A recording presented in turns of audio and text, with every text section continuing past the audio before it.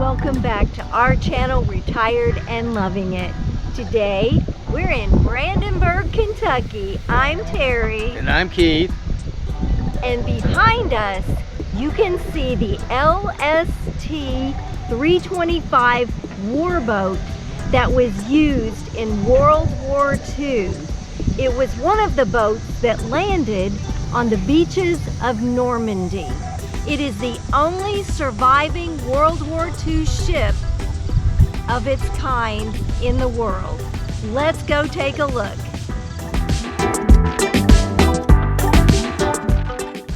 The LST stands for Landing Ship Tank. The USS LST 325 is the last fully operational World War II landing ship tank in the world.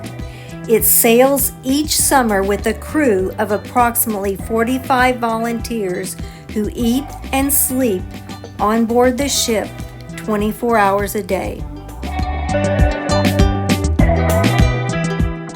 In 1941, the LST Landing Ship Tank was the largest ship designed to place tanks, troops, and other cargo onto a hostile beach and then retract off the shore.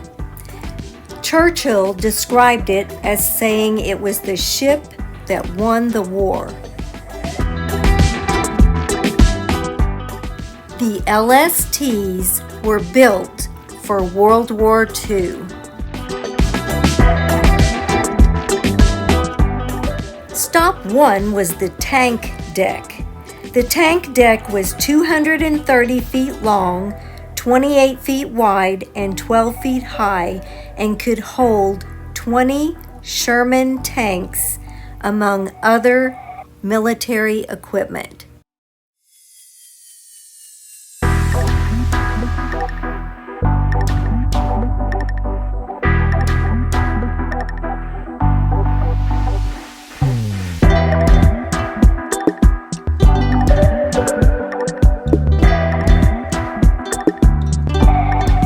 This is the mess area, and they had 100 sailors that ate that, okay?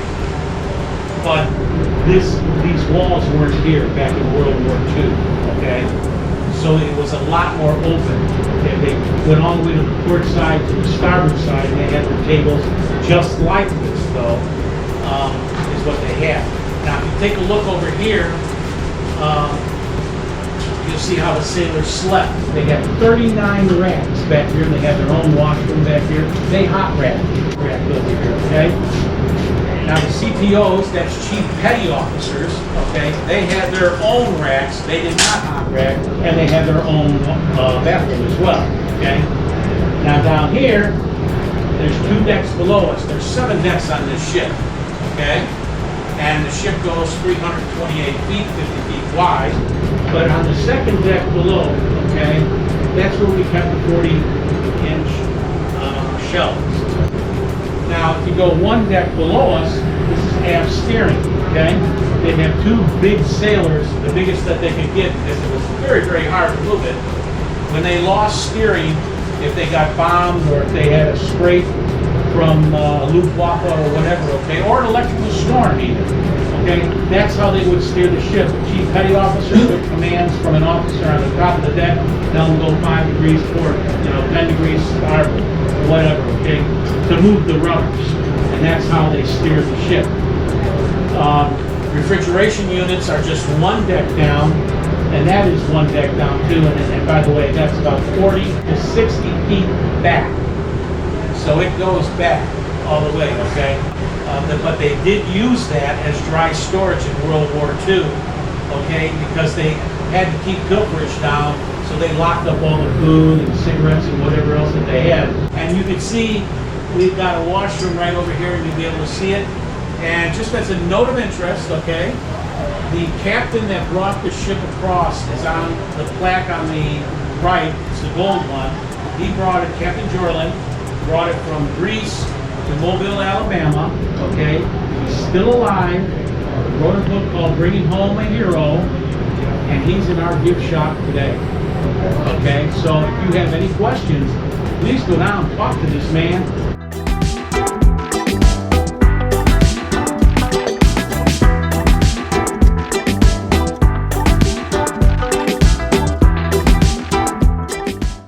From the mess deck, you go up to the galley and the main deck.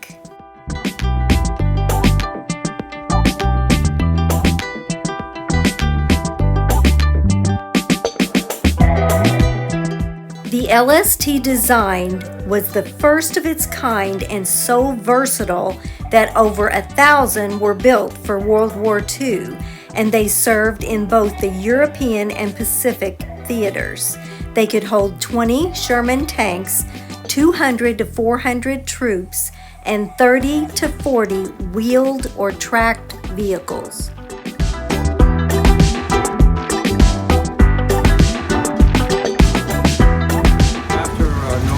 Secured.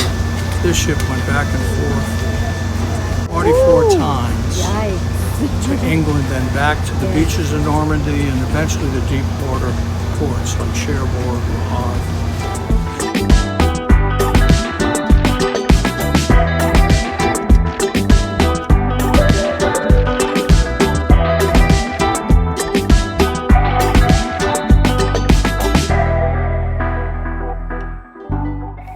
The LST proved to be so useful that new LSTs were built and World War II LSTs were reactivated for Korea and Vietnam.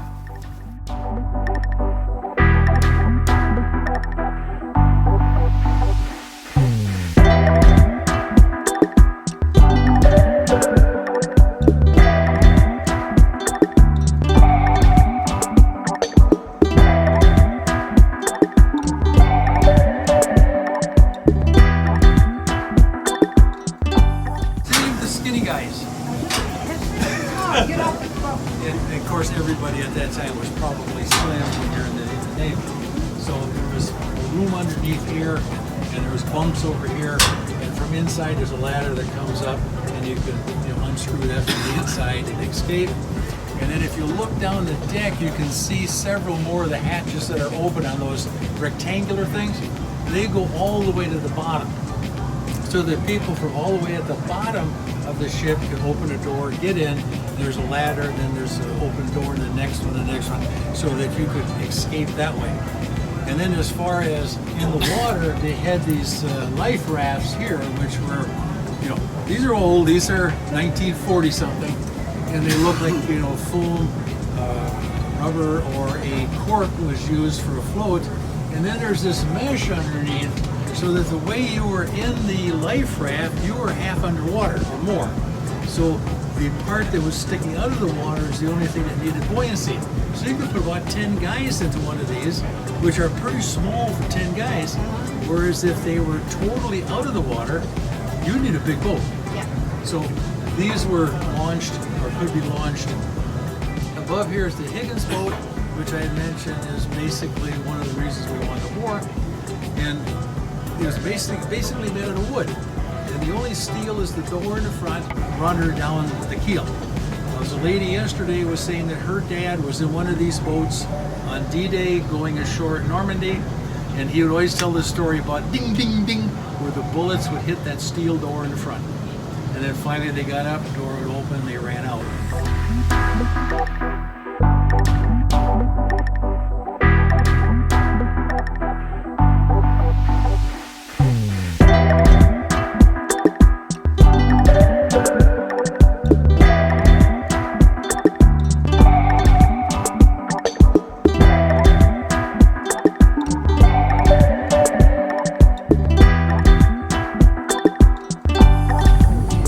Oh no, look at the skeleton. Hello, Admiral.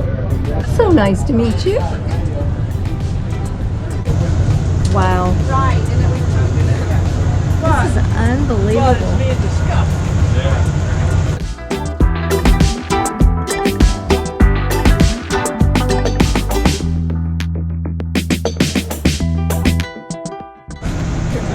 The escape hatch. Could we get out that hole? I don't know. This thing is amazing. Just to think that it was on the beaches of Normandy on D-Day. Unbelievable.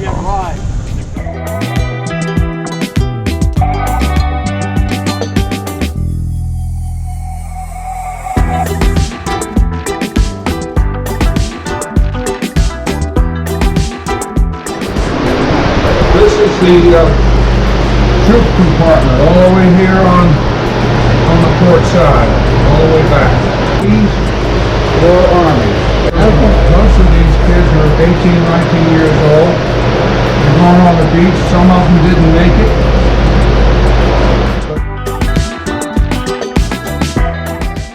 How surreal to walk through this area where the troops were held as they waited to go ashore at Normandy.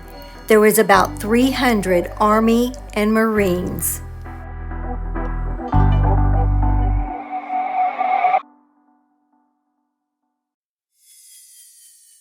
You exit the tour out into the gift shop. We got to meet Captain Jornlin, who brought this ship back from Greece to the U.S. and talks about it in his book, Bringing Back a Hero.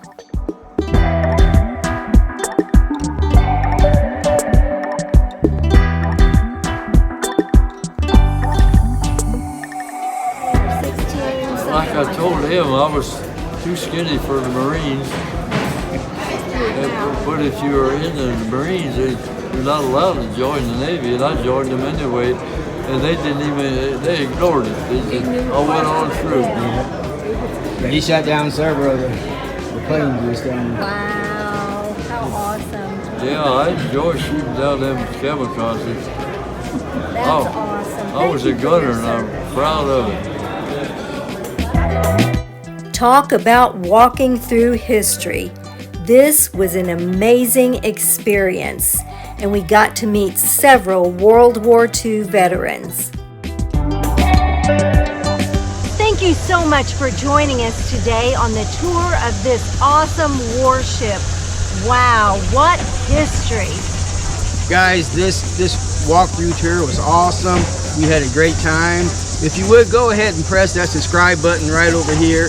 Give this video a big thumbs up, and please share this video with your friends. We'll see you next time on Retired and Loving It.